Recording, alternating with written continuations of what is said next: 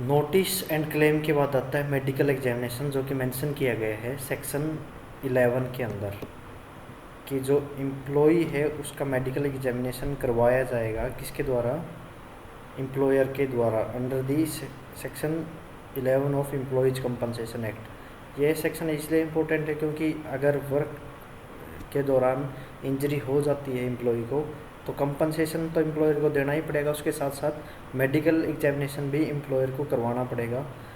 Firstly notice of accident 3 दिन के अंदर अंदर वर्कर को देना पड़ेगा। उसके बाद एम्प्लॉयर का ये राइट बनता है कि वो फ्री मेडिकल चेकअप के जो भी ऑफ़र है वो एक क्वालिफाइड प्रैक्टिशनर से वर्कर्स का करवाने का ऑफ़र किया जाए। उसके बाद वो ऑफिसर एम्प्लॉई अगर एग्री हो जाता है चेकअप के लिए, also if the worker is already getting a half monthly payment he must go for follow up examination as per rules. Medical checkup करवाया जाएगा, मेडिकल प्रैक्टिशनर जो कि क्वालिफाइड है एम्प्लॉयर के द्वारा 3 दिन का नोटिस दे के वर्कर को। अगर एम्प्लॉय मना कर देता है बिना किसी वैलिड रीज़न के तो उसके जो भी कंपनसेशन था, जिस भी इंजरी के कारण वो कंपनसेशन मांग रहा था, उसको पोज कर दिया जाएगा जब तक एम्प्लॉय एग्री नहीं हो जाता एग्जामाइन करवाने के लिए, मेडिकल एग्जामिनेशन के लिए। और वो या फिर वो एरिया छोड़ के चला जाए जहाँ पर भी उसको इंजरी हुई थी, एक्सीडेंट उसका हुआ था, तो जब तक वो वापस उस जगह पे नहीं लौटेगा उसका कंपनसेशन पोज कर दिया जाएगा। अब सपोज करो कि एम्प्लॉय की डेथ हो जाती है बिना किसी एग्जामिनेशन के, तो कमिश्नर अलो करेगा कंपनसेशन उसके डिपेंडेंट को अगर सूटेबल लगता है उसको। तो अब बात की जाए, if employ refuse to treated by doctor offered by employer, अगर एम्प्लॉय मना कर दे जिस भी डॉक्टर को के चेकअप के लिए एम्प्लॉयर के द्वारा बोला गया और जो भी डॉक्टर के द्वारा इंस्ट्रक्शंस दी गई उसको फॉलो करने से मना कर दे और उसकी इंजरी और ज़्यादा वर्स्ट कंडीशन में चली जाए, तो जो भी उसकी स्टार्टिंग में कंडीशन थी जब भी उसकी इंजरी लगी पहले दिन, उस इंजरी के बेस पे ही उसका कंपनसेशन कैलकुलेट किया जाएगा। ना कि अब जो वर्स्ट सिचुएशन हो चुकी है, जब उसका डॉक्टर ने जो भी इंस्ट्रक्शन दी थी उसको नहीं माना, अब उसकी कंडीशन और ज़्यादा सीरियस हो चुकी है, तब उसका कंपनसेशन उसको नहीं मिलेगा। जो पहले दिन उसको इंजरी हुई थी उसका जितना भी इफेक्ट पड़ा था उसका ही कंपनसेशन एम्प्लॉय को दिया जाएगा। एक केस लो भी याद रखना है, Borawal sugar mills limited versus Ramjan नाम से है, इलाहाबाद हाई कोर्ट का ये केस है। इसके अंदर इस सेक्शन के अंदर क्लेरिफाई किया गया था कि राइट जो एम्प्लॉयर का बनता है कि वो एम्प्लॉय को एक रिक्वेस्ट करे मेडिकल एग्जामिनेशन के लिए। ये कंपलसरी नहीं है कि वो करवाएगा ही करवाएगा, अगर एम्प्लॉयर चाहता है कि मेडिकल एग्जामिनेशन हो एम्प्लॉय का तो करवा सकता है। उसके बाद next topic is procedure before the commissioner, कि कमिश्नर के पास जाने से पहले अपील क्या प्रोसीजर रहेगा। गवर्नमेंट स्टेट गवर्नमेंट अपॉइंट करेगी एक कमिश्नर को, जो कि जुडिशियल ऑफिसर हो सकता है जिसका एक्सपीरियंस 5 साल की सर्विस का होना चाहिए।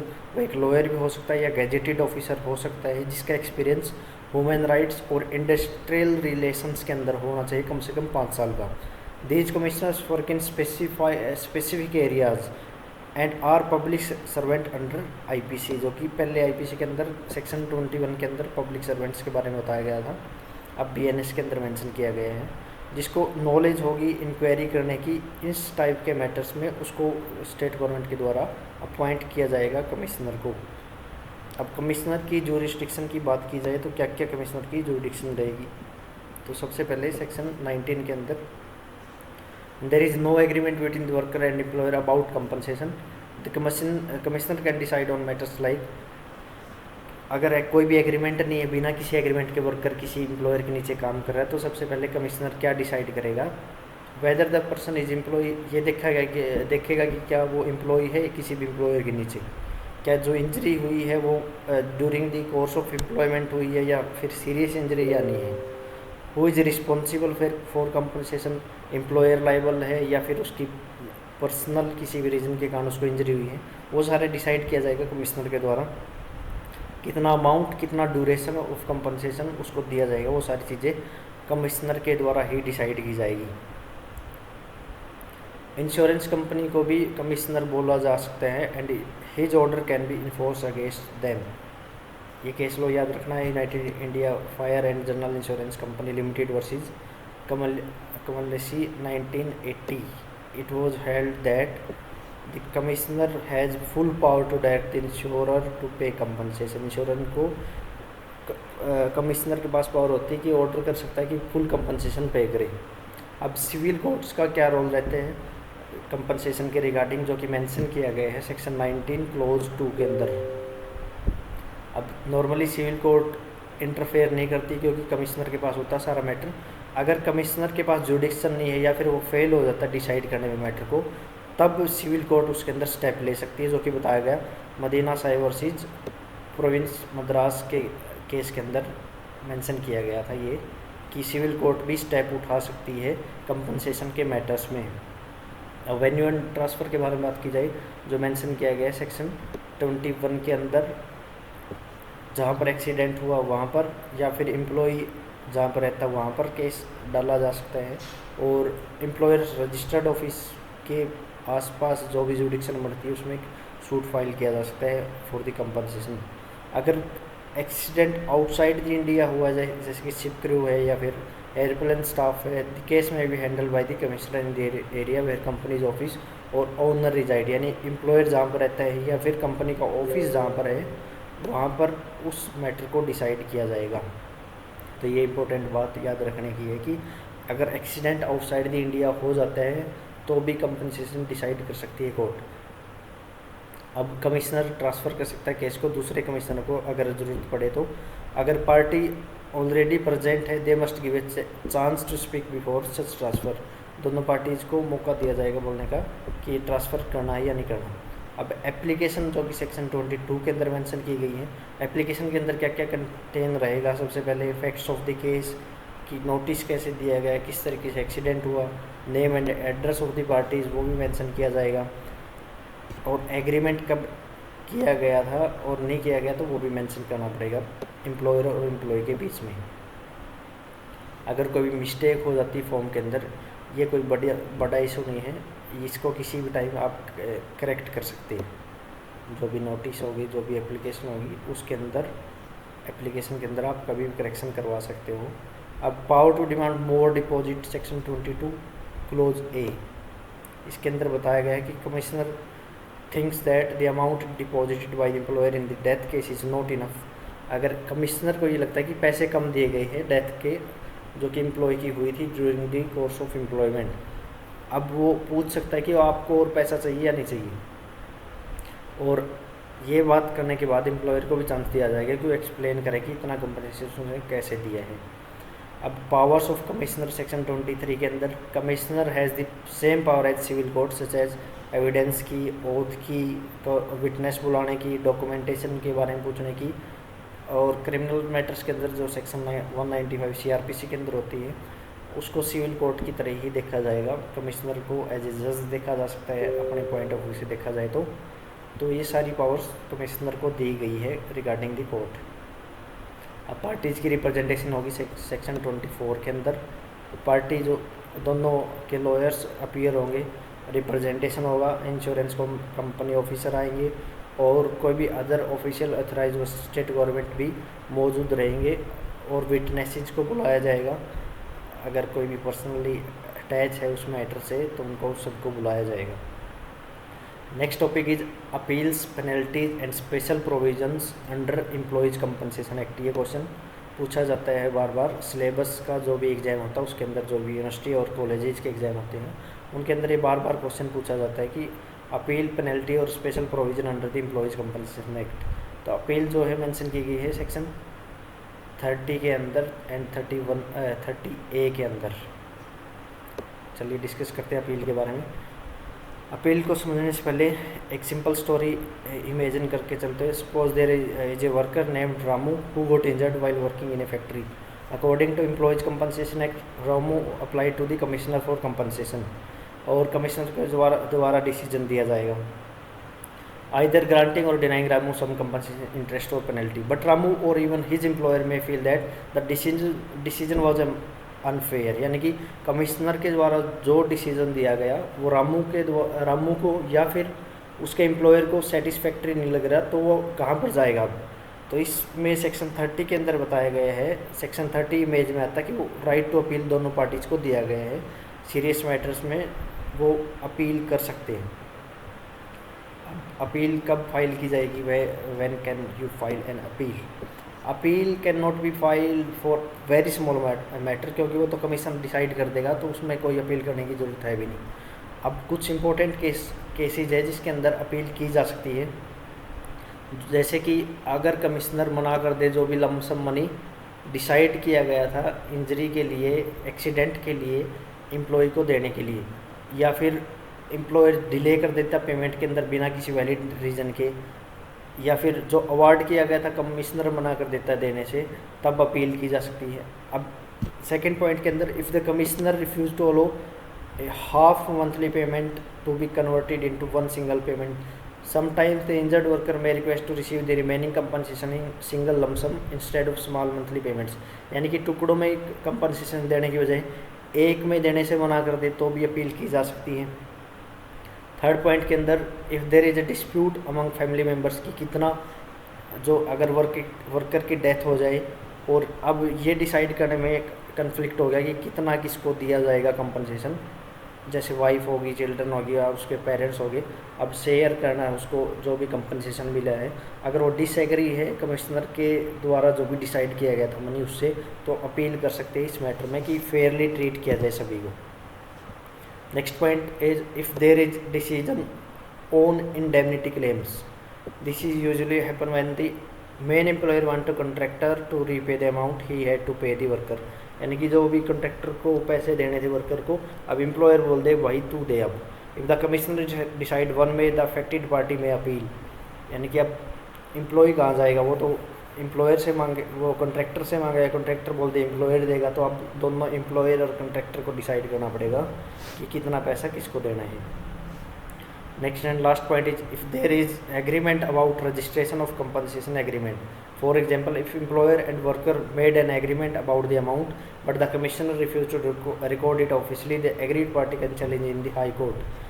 कंपनसेशन देने के लिए दोनों पार्टीज ने डिसाइड कर लिया कि इतने तारीख को इतना पैसा दे देंगे, एक एग्रीमेंट बनवा लिया, कमिश्नर रिकॉर्ड करने से इसको मना कर देता ऑफिशियली, तो पार्टीज जो एग्रीड पार्टी जो है हाई कोर्ट में अपील कर सकती है। Next is condition to file appeal.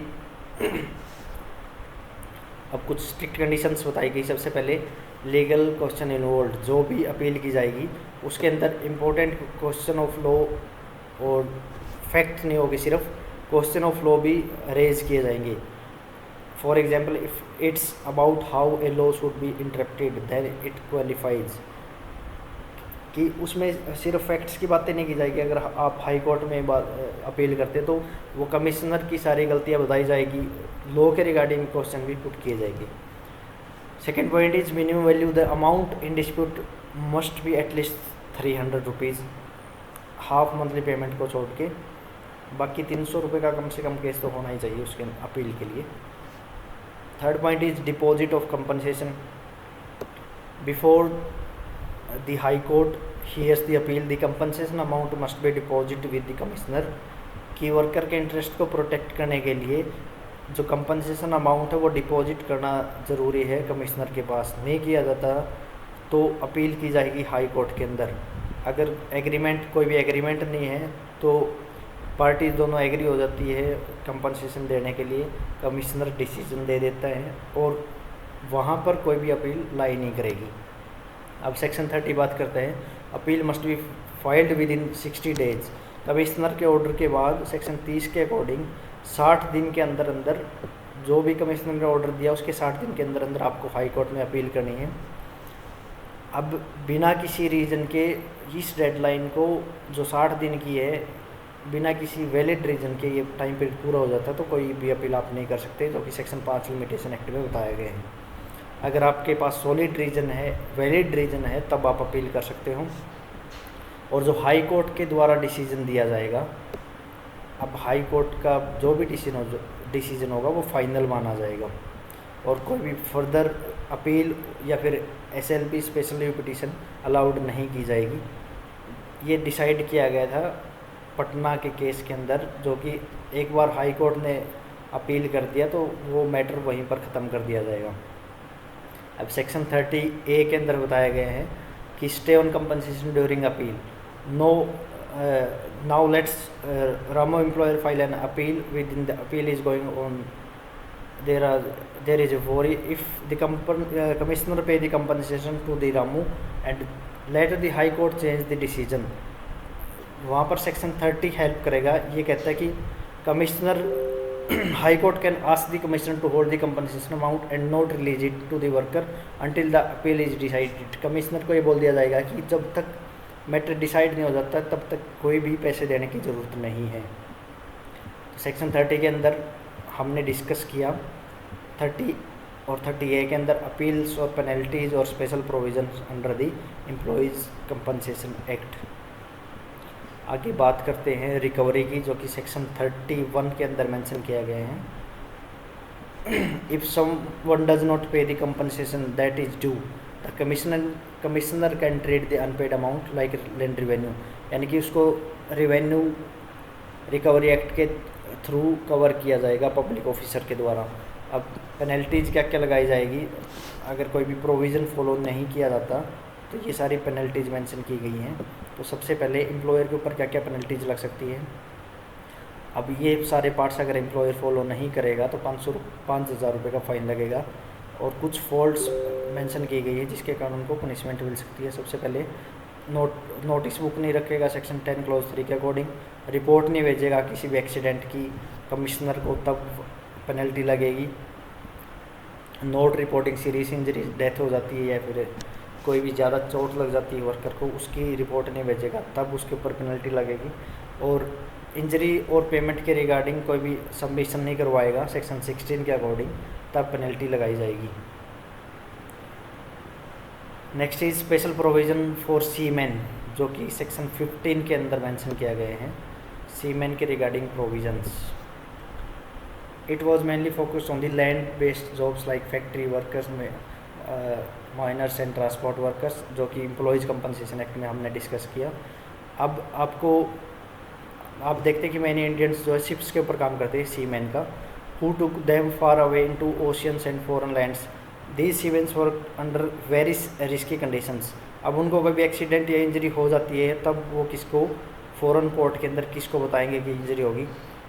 वो रेगुलर रूल्स को तो फॉलो नहीं कर सकते, लेकिन उनको भी कुछ रिलैक्सेशन दी गई है सेक्शन 15 के अंदर।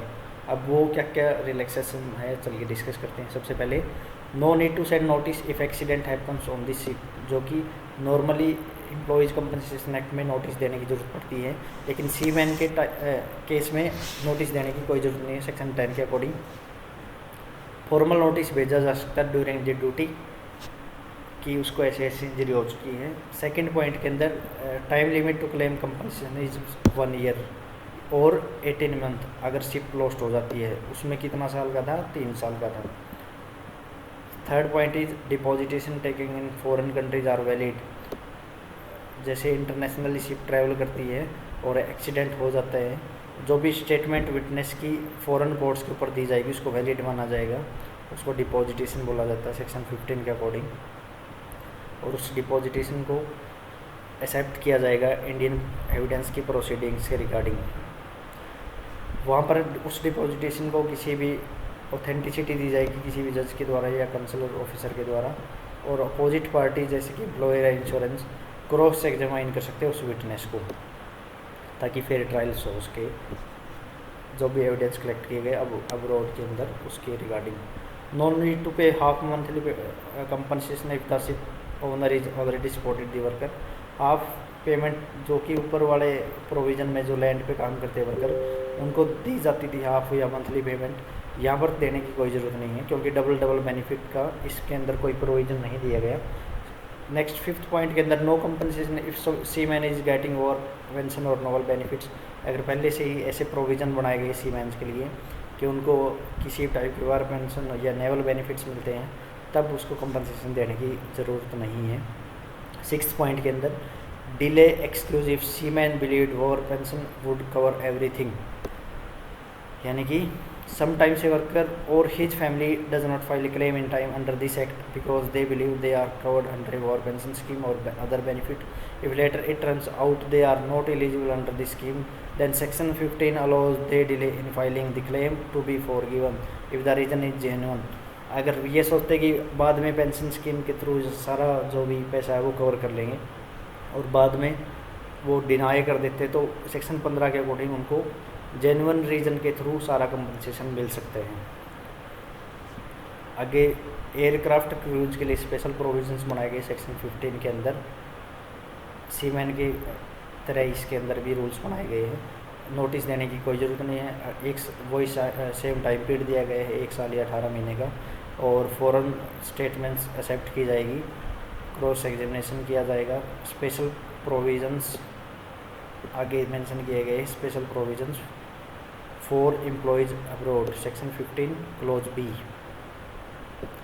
सेक्शन 15 क्लोज बी के अंदर बताया गया है इंडियन वर्कर्स जो बाहर चले जाते हैं जॉब करने, और मैनी इंडियन कंपनी जो है बाहर वर्कर्स को भेजती है, ड्राइवर हो गए, गल्फ कंट्रीज के अंदर टेक्नीशियंस हो गए, मशीनरी के एक्सपोर्टेड के लिए, या फिर व्हीकल्स के रिगार्डिंग कोई भी जॉब जो एम्प्लॉय करते हैं, उनको यूनिक चैलेंज वहाँ पर फेस करने पड़ते हैं, जैसे एक्सीडेंट हैपन हो जाता है अब्रॉड के अंदर। इस एक्ट के अंदर नॉर्मली नोटिस भेजना, स्टेटमेंट देना, प्रोसीडिंग्स फॉलो करना, इस सेक्शन 15 के अंदर सारी बातें आपने डिस्कस की है। अब इस कंडीशन में सबसे पहले नोटिस दिया जाएगा, लोकल एजेंट जो अब्रॉड में बाहर रहता है कंपनी का, उसको नोटिस दिया जाएगा। उसके बाद 1 साल का टाइम पीरियड डेथ कंपनसेशन का दिया जाता है। 1 साल जैसे ही न्यूज़ पता चलती है कि फैमिली मेम्बर्स को कि उसको चोट लगी या फिर वो उसकी डेथ होगी, तो 1 साल के अंदर कंपनसेशन उसको दिया जाएगा। और statement and deposition record abroad are valid if rules are followed, सारे रूल फॉलो किए गए हैं और जो भी स्टेटमेंट वहाँ पर दी गई वो सारी वैलिड मानी जाएगी, और अपोजिट पार्टी से क्रॉस एग्जामिनेशन किया जाएगा।